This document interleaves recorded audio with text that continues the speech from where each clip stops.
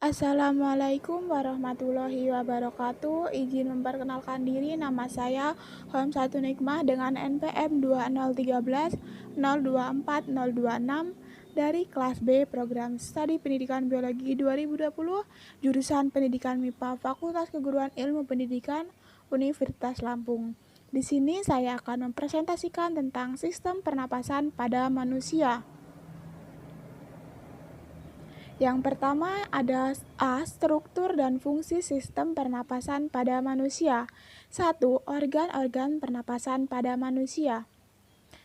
Pada gambar yang kita lihat di sana ada organ-organ pernapasan pada manusia. Keterangan pada gambar yang ditunjukkan oleh huruf A yaitu hidung, B faring, C laring, D trakea, E bronkus, F paru-paru, dan terakhir yaitu G adalah diafragma. Yang pertama ada hidung. Hidung merupakan tempat pertama yang dilalui udara dari luar. Di dalam hidung terdapat rambut-rambut halus dan selaput lendir yang berfungsi untuk menyaring debu atau kotoran bersama udara yang masuk, kemudian melekatkan kotoran pada rambut hidung, mengatur suhu udara pernapasan, serta mengenali adanya bau. Setelah ada hidung, ada juga faring. Faring atau tekak. Udara dari rongga hidung masuk ke faring. Faring merupakan persimpangan antara rongga hidung ke tenggorokan dan rongga mulut ke kerongkongan. Pada bagian belakang faring itu terdapat laring. Pada laring terdapat pita suara dan epiglottis atau kantuk pangkal tenggorokan. Pada waktu kita menelan makanan, epiglottis itu akan menutup sehingga makanan tidak masuk ke tenggorokan, dan sebaliknya pada waktu kita bernapas, epiglottis akan membuka sehingga udara masuk ke laring lalu menuju ke tenggorokan atau yang kita sebut dengan trakea. Batang tenggorokan terbentuk seperti pipa dengan panjang kurang lebih 10 cm. Trakea memiliki 2 cabang di dalam paru-paru yang membentuk bronkus. Kemudian ada bronkus. Bronkus merupakan cabang batang tenggorokan yang berjumlah sepasang. Satu cabang menuju paru-paru kanan dan cabang lainnya menuju paru-paru kiri. Dan yang terakhir itu ada paru-paru. Paru-paru merupakan alat pernapasan utama pada manusia. Paru-paru terletak di dalam rongga dada bagian atas. Paru-paru manusia berjumlah sepasang, yaitu paru-paru kanan dan paru-paru kiri. Paru-paru juga dibagi menjadi beberapa belahan atau disebut dengan lobus. Setelah organ-organnya, kita juga ada mekanisme pernapasan eksternal dan internal. Dalam gambar tersebut kita dapat melihat mekanisme pernapasan eksternal dan internal. Yang pertama, mekanisme pernapasan eksternal atau pernapasan luar yang merupakan pertukaran gas yang terjadi di dalam darah dan udara. Selama pernapasan luar di dalam paru-paru akan terjadi pertukaran gas antara CO2 meninggalkan darah dan O2 akan masuk ke dalam darah secara difusi. Selanjutnya, sejenis protein dalam sel darah merah yang disebut dengan hemoglobin akan mengikat oksigen, kemudian membentuk oksihemoglobin. Kemudian untuk mekanisme pernapasan internal atau pernapasan dalam yang merupakan pertukaran gas di dalam jaringan tubuh. Pada pernapasan dalam, darah masuk ke jaringan tubuh. Oksigen melepaskan ikatannya dengan hemoglobin dan berdifusi masuk ke cairan jaringan tubuh. Selanjutnya yaitu yang ketiga, mekanisme pernapasan dada dan mekanisme pernapasan perut. Ada gambar yaitu mekanisme inspirasi dan ekspirasi. Yang pertama itu ada mekanisme pernapasan dada. Otot yang berperan aktif dalam pernapasan dada adalah otot antar tulang rusuk. Untuk mekanisme inspirasinya yaitu otot antar tulang rusuk berkontraksi, tulang rusuk terangkat, kemudian volume rongga dada membesar, tekanan udara dalam rongga dada lebih kecil daripada tekanan di luar tubuh. Selanjutnya adalah udara masuk ke dalam paru-paru. Untuk mekanisme ekspirasinya yaitu otot antar tulang rusuk akan berkontraksi. Kemudian tulang rusuk turun, volume rongga dada mengecil, tekanan udara dalam rongga dada lebih besar daripada tekanan udara di luar tubuh. Selanjutnya yaitu udara keluar dari paru-paru.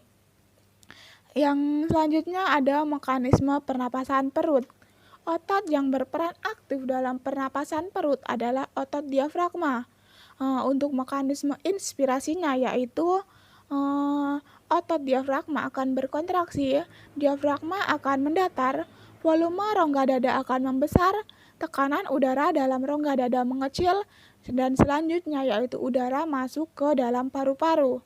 Untuk mekanisme ekspirasinya yaitu otot diafragma berrelaksasi, diafragma akan cekung ke arah rongga dada, volume rongga dada akan mengecil, tekanan udara dalam rongga dada meningkat, serta yang terakhir yaitu udara akan keluar dari paru-paru.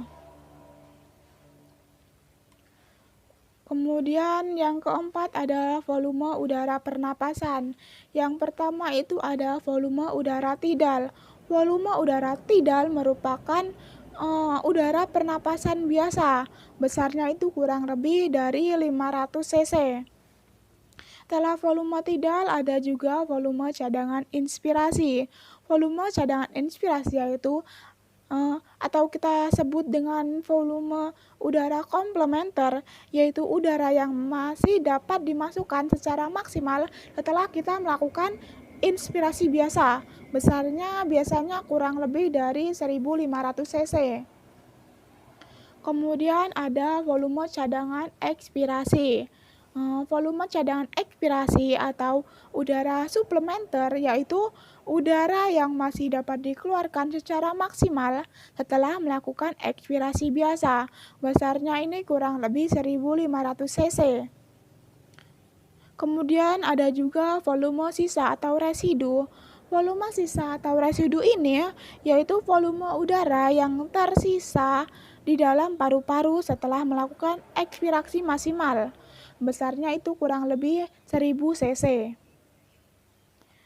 Kemudian ada lagi kapasitas vital. Kapasitas vital yaitu volume udara yang dapat dikeluarkan semaksimal mungkin setelah kita melakukan inspirasi maksimal. Besarnya itu kurang lebih 3500 cc. Dan yang terakhir itu ada volume total paru-paru. Volume total paru-paru yaitu volume udara yang dapat ditampung oleh paru-paru semaksimal mungkin. Besarnya itu kurang lebih 4500 cc. Kemudian ada lagi B yaitu gangguan atau kelainan pada sistem pernapasan pada manusia. Yang pertama ada asfiksi. Asfiksi yaitu kelainan dan gangguan dalam pengangkutan oksigen ke jaringan atau gangguan penggunaan oksigen oleh jaringan sehingga menyebabkan penurunan fungsi paru-paru, pembuluh darah, dan jaringan tubuh lainnya. Kemudian ada juga asma. Asma yaitu gangguan pada saluran rongga pernapasan yang diakibatkan oleh kontraksi otot polos pada bronkus sehingga mengakibatkan penderita sulit bernapas. Kemudian ada juga bronkitis.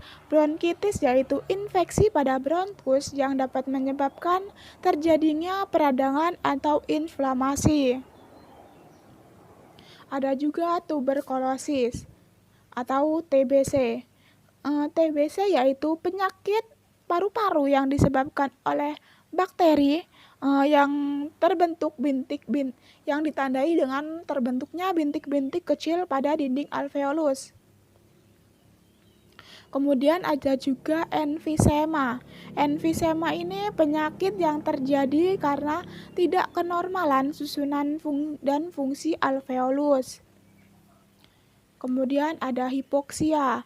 Hipoksia adalah gangguan yang diakibatkan oleh kekurangan oksigen di dalam jaringan, sehingga dapat mematikan sel-sel dalam jaringan tubuh manusia. Kemudian ada juga kanker paru-paru. Kanker paru-paru diakibatkan oleh adanya tumor ganas yang terbentuk di dalam epitel bronkiolus. Kanker paru-paru ini biasa diderita oleh seorang perokok.